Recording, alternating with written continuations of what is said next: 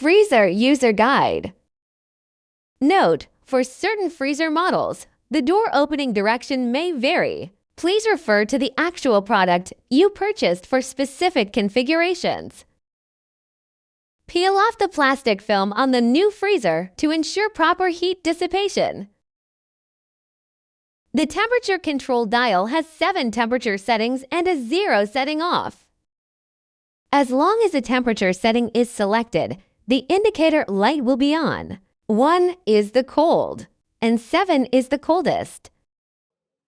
Note: for certain product models, the temperature adjustment mechanism may be located differently rear panel or internal. Please refer to the actual model you purchased for specific configurations.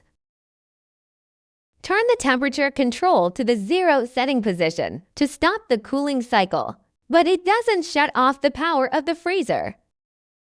After turning the temperature to the 0 position and unplugging the freezer, use a wooden spatula or plastic scraper to remove the frost and ice from the inner walls.